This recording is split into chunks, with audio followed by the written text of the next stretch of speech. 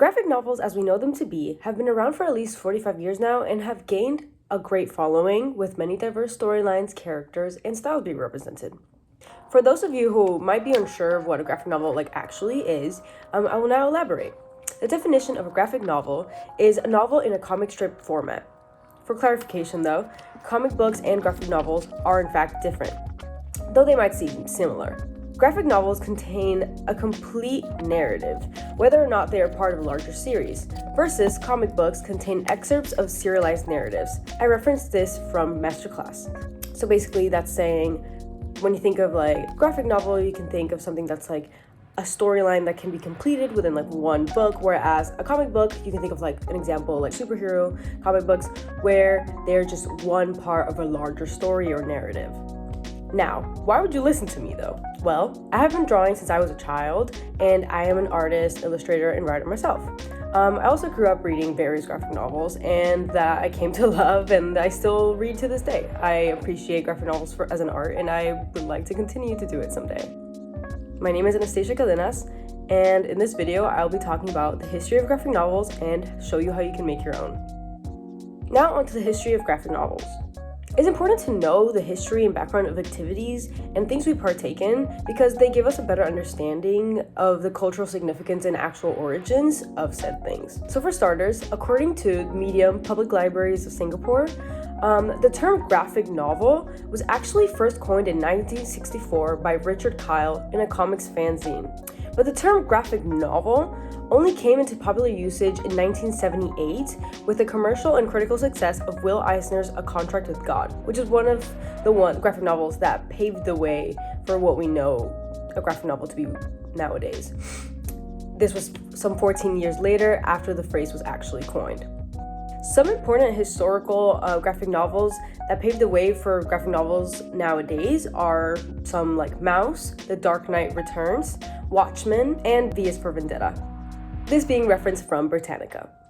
I will now show you a few steps you need to take in order to create your own graphic novel. I'll be doing this by creating my own comic page or scene, for time's sake, which would later become a bigger piece of the graphic novel.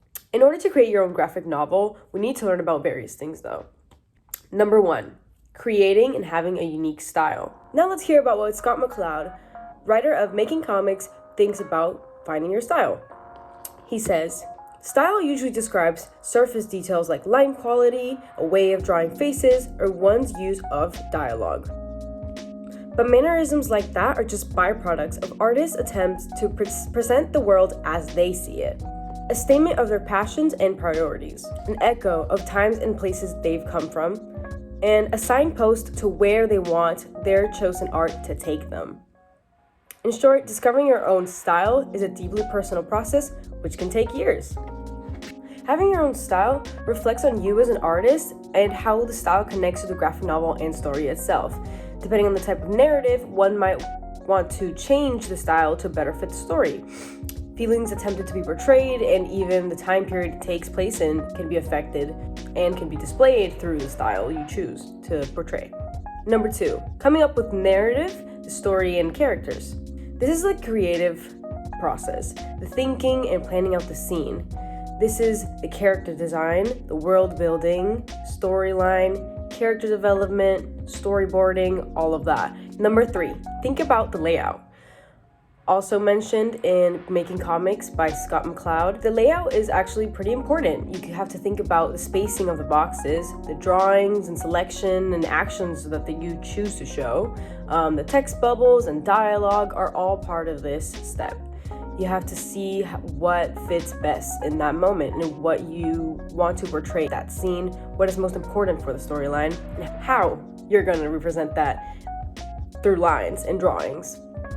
Finally, I wanted to clarify that every artist goes about their stories and graphic novels in different ways and orders. Everyone has their own creative process, but this is just one example of a way in which you can do it. This is my finalized piece. With everything we learned today, you will not only be that much more knowledgeable on graphic novels and their history, but you will also be able to make your own. Now you can be like your favorite artist or writer, but through your own way of storytelling and unique style. So get out there and draw, imagine, and create. Thank you for watching.